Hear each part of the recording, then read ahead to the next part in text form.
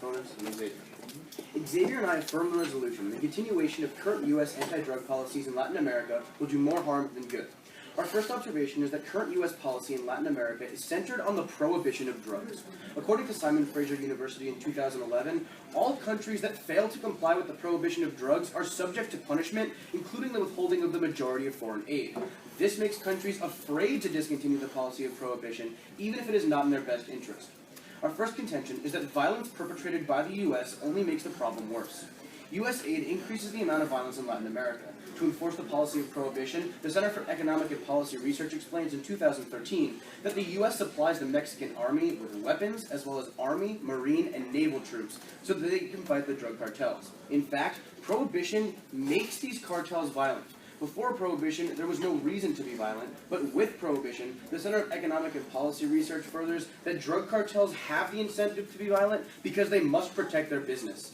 According to the Congressional Research Service in 2012, taking away cartel leaders only creates more violence because when these cartels are fragmented, they create conflict with each other. The study continues to say that as a result of the increased pressure on drug cartels, kidnapping has increased by 188%, armed robbery has increased by 47%, and extortion has increased by 101%. Furthermore, the Center for Global Development found in 2010 that a 92% increase in aid, our current policy, is associated with 138% more violence. All in all, Latin American Perspectives finds that in 2011, 23,000 deaths were associated with anti-drug operations in Mexico. Our second contention is that current U.S. drug policies leads to abuses in the Latin American prison system. According to the Transnational Institute in 2011, incarceration rates in Latin American countries have increased over 100% because of incarceration for drug-related offenses. The Institute furthers that this increased incarceration is a result of American-style prohibition. This has three negative impacts. First, the Transnational Institute explains that most people incarcerated are put in jail for victimless crimes like the possession of drugs, but emerge from jail part of criminal organizations like drug cartels. Not only do the drug cartels have more people, but the Oakland Tribune in 2012 explains that the alliance between prison gangs and drug cartels makes another market for drugs and facilitates the drug trade to the United States. Second, the Council on Foreign Relations explains in 2013 that torture is now widespread in Latin American prison because of the resulting overcrowding from prohibitionist policies. Third, prisoners are treated horribly while in jail. People are detained for up to 80 days awaiting charges that do not come. The Transnational Institute furthers that prisoners have nutritional problems because the daily food budget per prisoner is less than $1 per day. The study continues by stating that Latin American countries do not meet the minimum international standard for prisoners. The Global Commission on Drug Policies concludes in 2011 that empirically, the problem of prison overcrowding can be solved in just a few years if prohibition were no longer in place. Our third contention is that current drug policy prevents comprehensive HIV prevention programs. HIV prevention programs are harmed in two ways. First, the Global Commission on Drugs states in 2012 that enforcement of drug laws deters drug users from seeking HIV treatment because it creates discrimination at treatment centers. They are less likely to get diagnosed and seek treatment. Time magazine in 2012 furthers that 1/3 of all new infections occur in injection drug users, and that countries that saw a steady increase in HIV infection rates had strong anti-drug policies. Second, according to Columbia University in 2010, the U.S.'s current drug policy of prohibition prevents it from affirming support for needle exchange programs. The Robert Wood Johnson Foundation explains that the needle exchange programs reduce the risk of HIV participants by 1/3. Since the UN reports that there are 300,000 new cases of HIV in Latin America, this program can save 100,000 lives, as well as decreasing overall drug use by increasing education over drugs. So for these reasons, we affirm. Thank you. And I see prevent. We negate, resolve the continuation of current U.S. anti-drug policies in Latin America will do more harm than good. First, an observation. The resolution clearly articulates that we have to look to the harms and benefits from U.S. anti-drug policies. Thus, the pro must prove a causal relationship between U.S. anti-drug policies and harms in three ways. First, they need to show that the harms did not exist prior to when U.S. policies were in place, and therefore were exacerbated by the U.S. policies. Secondly, they need to clearly explain in the status quo how these policies directly cause the harms, because they are not meeting their resolutional burden if they only show correlation. And third, they need to show that the absence of current policies would not lead to harms, because if the harms still exist without the U.S. policy, then there is also no causal link or uniqueness. Contention 1. American anti-tobacco smoking policies in Latin America have been and will be beneficial.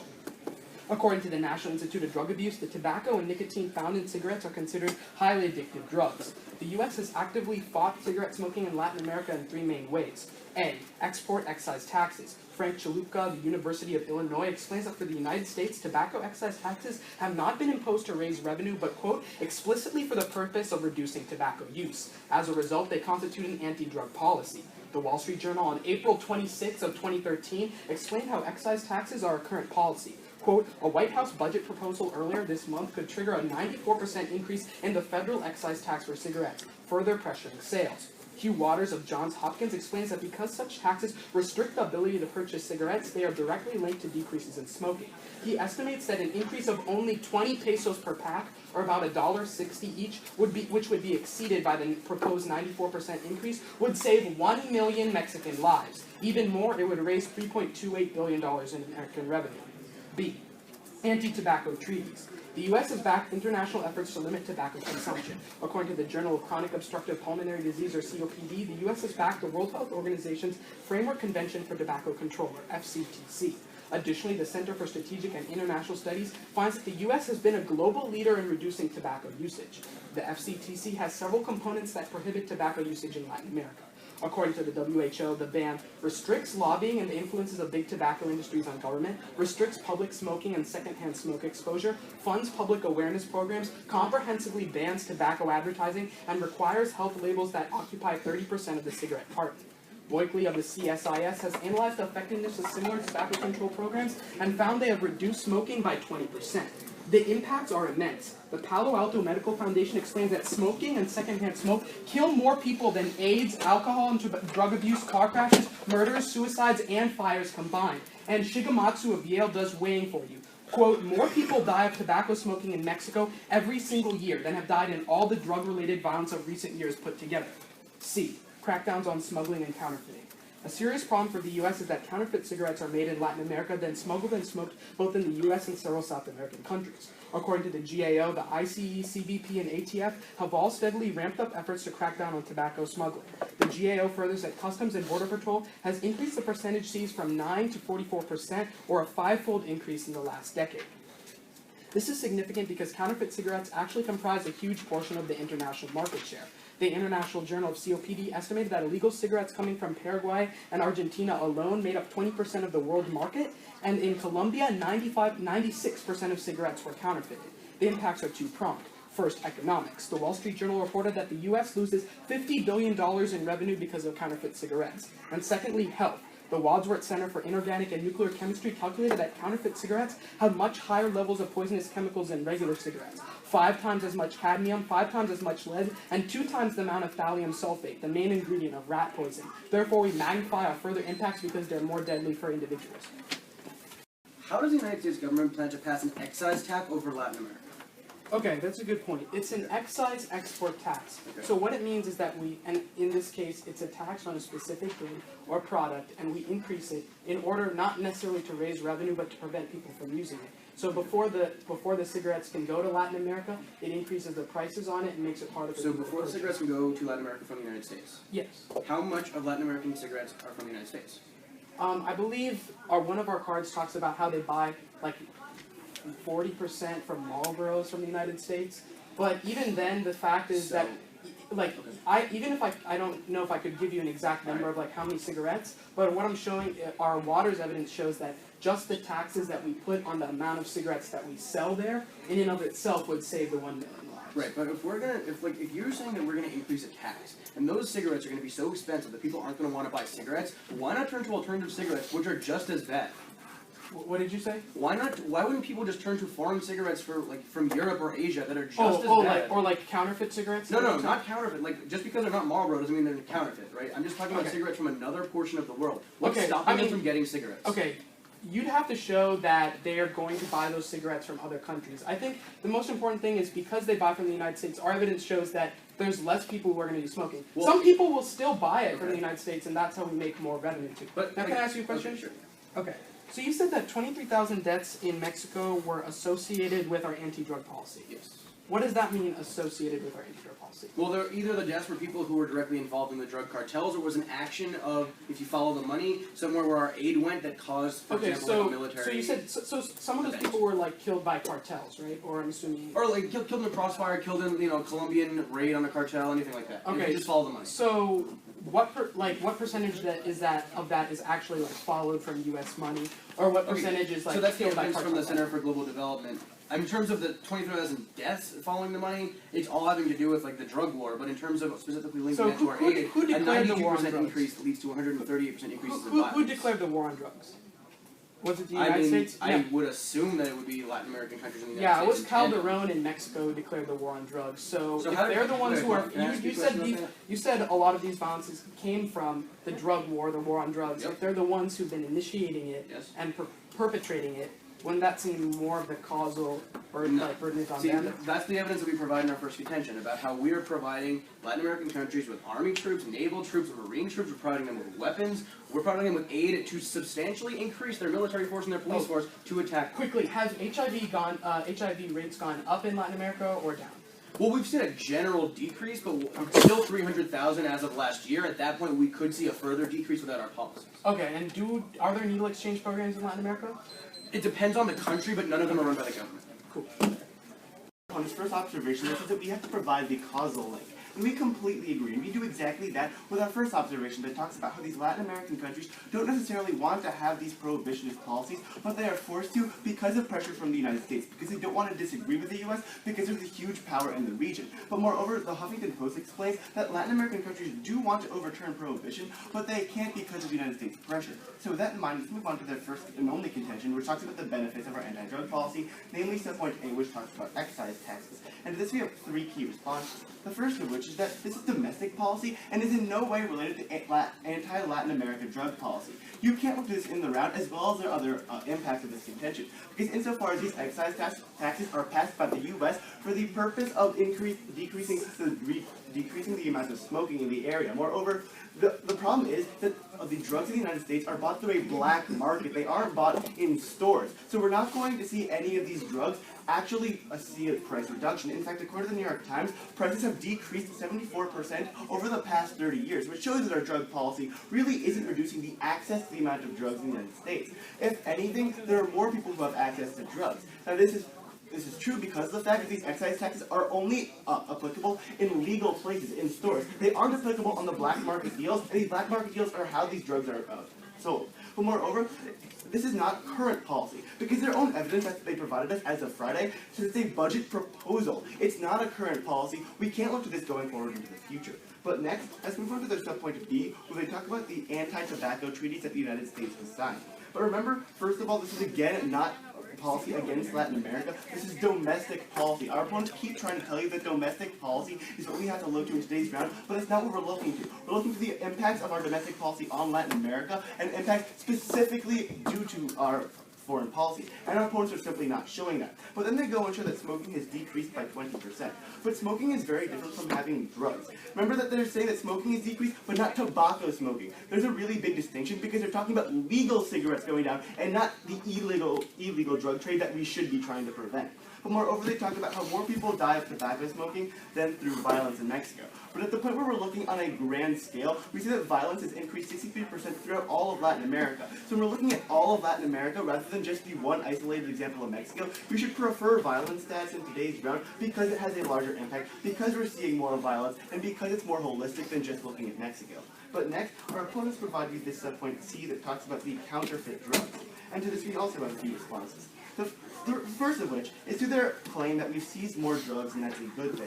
But the problem is that the fact that we've seized more drugs only shows that our efforts to stop production in Colombia and in Mexico have failed completely. Because the fact that we're seizing more drugs means that more drugs are being produced in the first place. But the second response comes from Francis, who's a PhD at Temple University, who explains that clamping down with these efforts just means that they're going to go through other routes. They're going to take land routes instead of the sea routes that they previously weren't taking. And this is going to be worse in terms of violence because it's going through land routes. You can't start these battles that are taking civilian lives on the high seas. It's much easier to create civilian casualties when they're traveling through land routes, which is why we see violence increasing, which is why we see higher death tolls when they're taking these land routes. But the third response is that it comes from the Drug Policy Alliance, who explains that interdiction causes dealers to make more concentrated and deadlier drugs that are harder to detect, and cause more addiction and more deaths. So these people see that these drugs are being seized, so they make more compact drugs, more deadly drugs, so even if fewer of it gets through,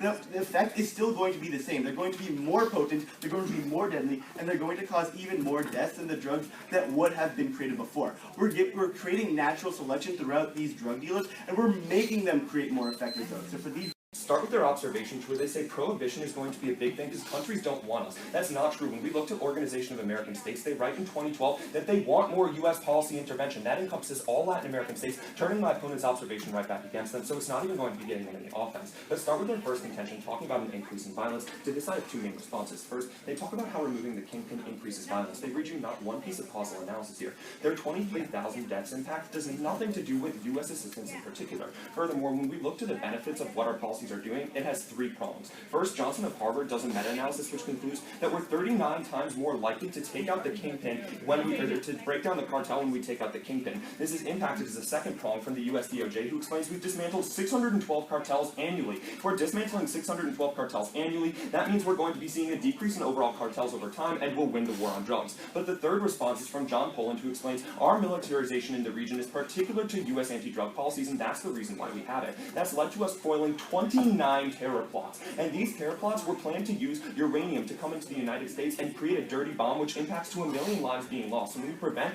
29 terror plots, that's going to be huge in today's round. But then let's move into my opponent's second contention, talking about abuse in the prison system. So this we have a number of responses. First, they have to prove that this abuse wouldn't occur if US policies weren't in place. Second, they need to prove to you that historically Latin American governments haven't been implementing abusive policies. Third, they need to name one free liberal government that came into power in Latin America in the past 200 years without US assistance that wouldn't abuse the rights of human people. They all abuse rights of human people. Their thus is not specific to US policies. But Peruvian policy on their own discretion is getting heavier for these crimes. They talk about how underneath their system we're convicting people who are relatively innocent. That's not happening anymore when we look to the example of Peru. But furthermore, in Mexico, the United States has worked for judicial reform, which has led to benefits according to the CRS. We've empirically seen an increase in prosecution rates up by 93%, and that's going to be huge in today's round because we're convicting more people who deserve to be convicted. But then get into their needle exchange programs argument. They're saying that 100,000 people got AIDS and this wouldn't have gotten them. They say they wouldn't have gotten this with the needle exchange program. They don't show you how many needle exchange programs they were putting into place, how many people are going to get access. Don't give them access to these impacts. Furthermore, they need to show you how many people in Latin America would be able to use these. Third, they really need to intend to show things that this wouldn't happen. They don't show you that the United States is the direct trade-off from this. The United States could still implement it. And furthermore, their entire contention is contingent upon Latin American governments controlling syringe programs. However, as he concedes in the crossfire, it's NGOs in Latin America, non-governmental organizations who are controlling. Thus, the United States can't control their policies because that has nothing to do with the government, so don't give them access to their contention. But then let's get back onto my own case. They put a few responses onto the observation. They talk about overturning prohibition, but make them respond to the Organization of American States evidence, which says they want us in those countries. Then go into the first contention. They talk about how this is a domestic policy. Remember, it's not a domestic policy for two reasons. First, we show you that these taxes are imposed on Latin America. Insofar as they're imposed on Latin America, that's going to be huge in today's round. But second is treaties. We don't have a treaty just for one country. Treaties are put in place to be an international communication system. Insofar as that's true, it is an anti-drug policy in Latin America, so you can make a cold extension off of treaties because his only response is domestic policy. Furthermore, we can group all of his responses that he puts on my case. They're not specific to cigarettes. They're just specific to drugs in general. Insofar as he doesn't answer cigarettes, he can't win this argument. He puts a response at the bottom of the case that says that other drugs are more addictive. That's not true when you look to Johns Hopkins University. They explain that tobacco and nicotine in cigarettes is going to be just as addictive. So insofar as that's true, we gain access to our 1 million lives saved out of our first contention. He then goes to talk about how people are going to be going to the black market, but that's clearly not what our Waters evidence explains. Our Water evidence explains that people won't be buying from the U.S. They ask, well, can't they go buy from other countries? The NAFTA agreement is going to be clear and imperative here, because when we look at NAFTA, it shows that they have easier access to our drugs. They don't have trading markets with Europe and other trading areas, so they don't have easy access to those cigarettes. That's why they come to the United States. So that's why Waters concludes when you directly increase the amount of taxes, that's going to be the true implication in today's round. They say that the 94% increase hasn't gone in place yet, but we still have half of that 94% increase, so insofar as that's true, we only save 500,000 lives. He said that he foiled 29 terror plots, and each person who was trying to create a terror plot was going to use a dirty bomb, right? Okay, so where we directly found this evidence comes from Peter King, who explains that when we raided Osama bin Laden's lair, we found plans for this directly to happen. And because of our U.S. military presence, as Poland explains, we've had 4,000 troops and a doubling of military bases, which led to the conviction of 29 and foiled these terrorist plots. Here's the problem. Do you show that he had plans for them to happen? Do you show the capability for this to happen? How much money did they have? How much capability did they have? Peter King explains the Osama bin Laden raid exclusively showed us that they have access to bring uranium into the United States through Mexico, and that is their plan. I very much want to see that evidence. Okay, sure, I can get that to you after the cross. Okay, so let's talk about all of your responses that you put in my case. How did they directly answer anything at the contention level? Here's the problem with your entire case, is that all your case talks about is the United States passing a tax on United States citizens. No, let's look at subpoint B about treaties. Okay. Aren't treaties a inter-country thing? It's not like just the United States who has a treaty. But the problem with these treaties is, first of all, you're talking about a decrease in smoking, right? Because of these treaties. 20% decrease, which you never respond to in the point B. Yes, I do, because smoking isn't necessarily drugs, right? No, smoking, our evidence is specific. Like, I'm sorry if we didn't say, like, smoking cigarettes, but all of our cards are specific to smoking cigarettes. Like, that's the premise of our case, and if you couldn't read that from, like, the thesis at the top of the case, then, I mean, I'm sorry about that. But how exactly does the United States impose these, like, taxes or these systems on Latin America? Okay, so it's like, when they come to buy from the United States, they have to pay U.S. taxes. It's like, I'm a citizen in Florida, but when I go to Chicago, I still have to pay the 11% income tax, even though in Florida it's only 7%. So when they go to another place to buy their cigarettes, they have to pay that country's tax. So when they come to the United States and purchase from the United States, they have to pay U.S. taxes. So currently, like, you talked about in your rebuttal how the 94% or the 94% increase hasn't taken place yet, right? Yeah. So our current excise taxes, right? So our current excise taxes are at $1 and a penny, which still means we save 500,000 lives, right? Wait, 500,000 lives over what time period?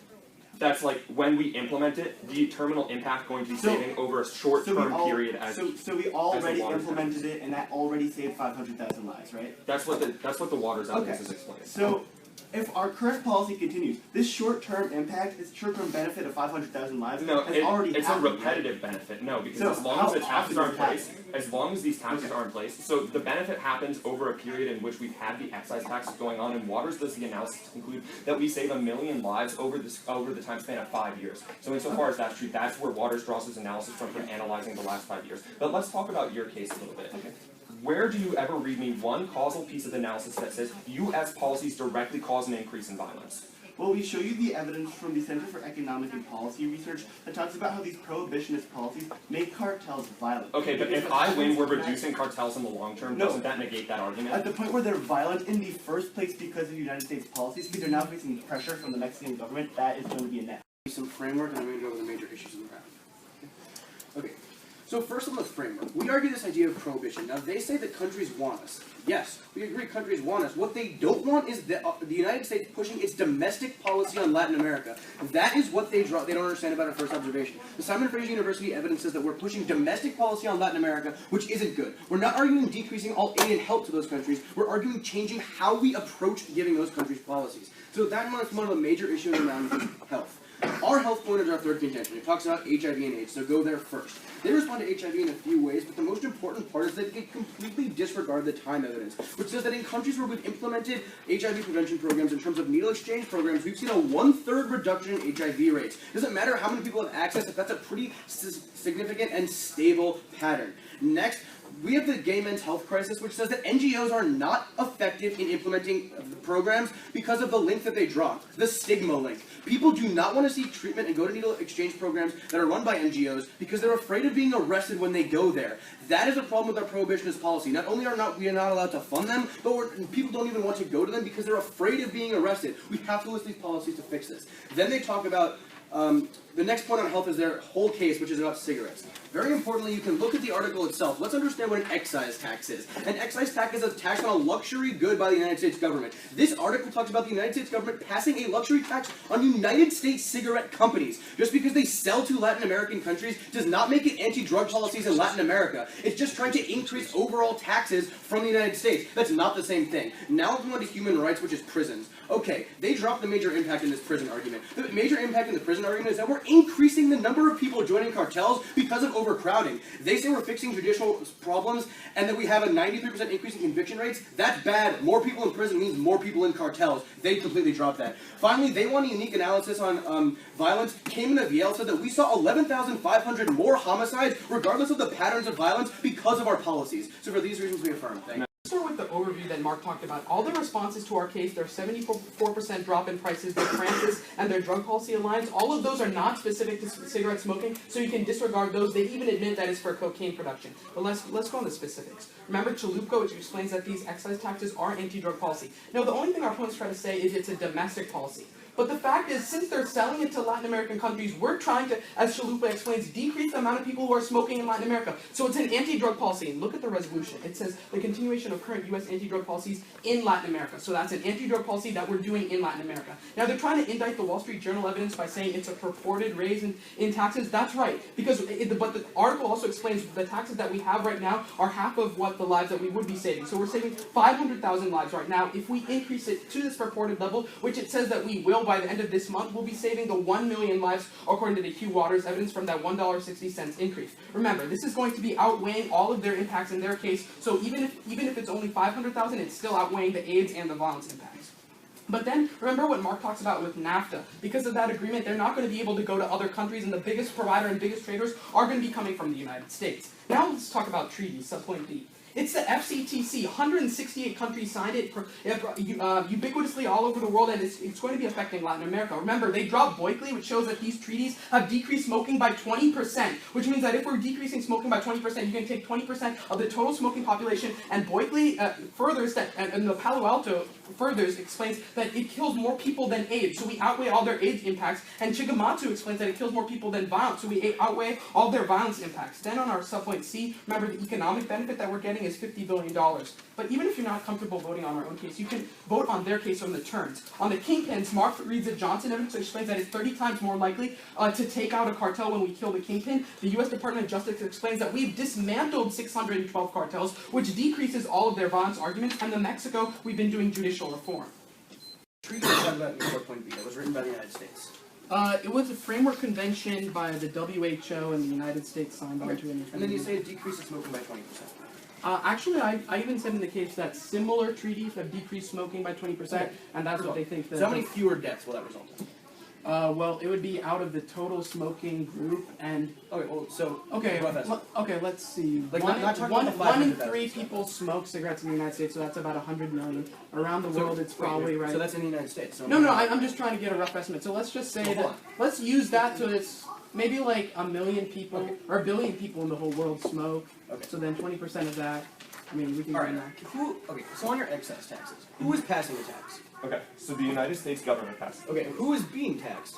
The tax is the consumer. The people who are consuming those cigarettes, or the companies, like that's or the people that force the company. So the way an excise tax works is they force the company to pay the government. And that therefore the company has to. That's how an excise tax works. They tax the company, and the company has to raise prices to pay. They're putting the tax on that specific good. So yeah, then, so in the end, the consumer has that tax, right? Okay. Maybe he's saying that the people who are the Mexican companies that want to sell at the stores or the retail providers have to pay a higher price. Right. So then they have to offer a higher price for their goods in Latin America, which decreases the amount of people How is that anti-drug policy in the United States? That's a tax by the U.S. government on a U.S. company. Okay. If they sell to Africa, how are we fighting smoking? How are we? Then it would be an anti-drug policy in Africa? Then it would be an anti-drug policy because they purchase goods from us. We give you the direct link right there, which is NAFTA, which Arjun extended in a summary speech, which you never respond to. They're forced to buy from the United States. Okay. That's not what I'm talking about. Buying from other places. Okay. So let's go back to the analogy that I talk about. I'm from Florida, right? If I go to Chicago, I have to pay an 11% income tax. Sales tax. Sales tax, I'm sorry. Yeah, sales tax, because I'm from Florida, it's only 7% there. Just because I'm from Florida and purchase a good from Chicago, and they only sell my favorite sausage in Chicago, doesn't mean that I can get a 7% sales tax on the sausage in Chicago. Okay, like, I'm not going to lie, I lost you in that analogy, but in the end, it's not an anti-Floridian policy. It's the state trying to make more money. It's not an anti-Floridian policy. It would be the policy if it was in that area. This isn't an anti-mark policy. It's not anti-Floridian. It's Okay, about but the we have to states look. trying We to have make to more look money. where You it's dropped implemented. That's what. You That's dropped what. Okay, let's talk about the debts card that you give us, the 11,500 debts. Yeah. So this says that's done by the Mexican government, right? And that's why we provide the Center for Global Development, which was never responded to, that a 92% increase in aid leads to 138% more violence. That is our link. It's in case. Wait, when did you talk about that in the summer? That was in case, and then I talked about I extended the Cayman evidence of aid. So that's what we're talking about. We're talking. We give you both links. No, I called for the Cayman right here, and all the Cayman says is that The organized crime violence is coming from the Mexican military. Right, and then we're industry. talking about how much we're increasing aid to those areas. Yeah, but remember you said that wasn't the causal piece of evidence from the U.S., right? Yes, it is. It all comes down to three key issues: HIV, human rights violations, and violence. But let's begin with framework of race a little bit at the beginning. Remember that just because the U.S. is passing a tax on U.S. companies means that it is a U.S. anti-drug policy, not a Latin American anti-drug policy. Just because they have to raise prices for these Latin American companies does not make it a Latin American policy. Don't let them get that link or this 1 million or 500,000 lives impact. But with that in mind, let's begin with the first key issue, which is HIV/AIDS, and a broader scheme of health. Remember that our policy of prohibition prevents needle exchange programs from being federally funded. And this is bad because if these programs were federally funded, we would see 1/3 a decrease in the amount of HIV. And this leads to about 100,000 lives per year. Remember that people don't go to existing HIV clinics because of the fact that there's a stigmatization against it because of our prohibitionist policies, because people don't want to get arrested when they go to these clinics. Now, my opponents try and refute the health point with taxes, but remember that their impact does not say that it is implemented. They don't show that this is our current policy, and they have to be able to show that going forward before we can evaluate in that today's round. And moreover, the treaties between countries, it also isn't a big point in today's round because insofar as it is, again, not policy against Latin America, it is U.S. policy signing with the World Health Organization, not Latin American policy. But next, the second key issue is human rights violations. Remember that more conviction rate just makes more human rights abuses in prison. We see more overcrowding and more of these awful effects such as malnutrition. And we see more people going into prison for small-time crimes and coming out experienced members of cartels. And that's why we see these violence stats increase. That's why we see these 11,500 deaths. And that's why we see that when a 92% increase in aid goes to a country, we see a 138% increase in the amount of violence. Remember that we're the only team that gives a quantifiable impact to the number of lives specifically due to United States policy. And that's what we give with this 11,500 evidence. But moreover, you should also prefer our HIV/AIDS and our deaths in Mexico over everything in the round because it's the easiest link to United States policy in Latin America. And for these reasons, we encourage you. framework and voter issues. Arjun? Judges? Yes. So starting off in the framework, they never adequately answer the OAS and make a clean extension that says the countries inside of Latin America actually want U.S. assistance. Insofar as that's true, it's inherently good if they keep asking for it, and that's just a reason to vote for the negative. But moving into the first voting issue in today's round, which is going to be the idea of violence. They respond to two key pieces of evidence here that go unrefuted. The first of which is going to be the link story that I draw you with the Harvard University evidence, which shows you there's a 39% increase in the likelihood of dismantling a cartel when we kill the kingpin, which further leads us to convicting dismantling 612 cartels per year, according to the US DOJ. Unrefuted. Then he reads the King evidence and he never responds to it. Why? Because King says exactly what I say. They have uranium enrichment programs. They're planning to use them in Mexico and send them up through the United States. And we foiled 29 of these plots. He drops the magnitude impact of this, which is saving 1 million American lives. And remember, even if the probability is low here, you have to do a threat calculus. Probability times magnitude equals threat. So the magnitude is the largest in today's round. 1 million lives. So the probability, even if it's small, is going to be a huge impact in today's round. So we turn violence, but then look into abuses in the prison system. Remember, he drops a few key responses. First,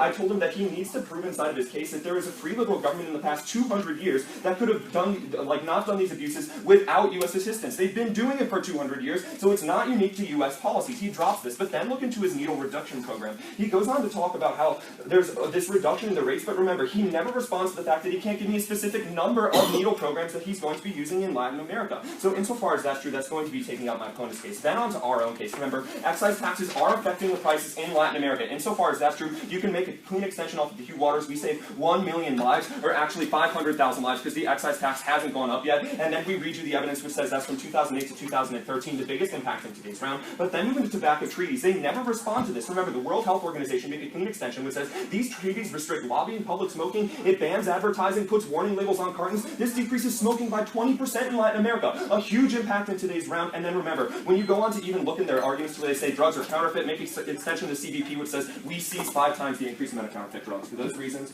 I urge you to vote for R3. Good job.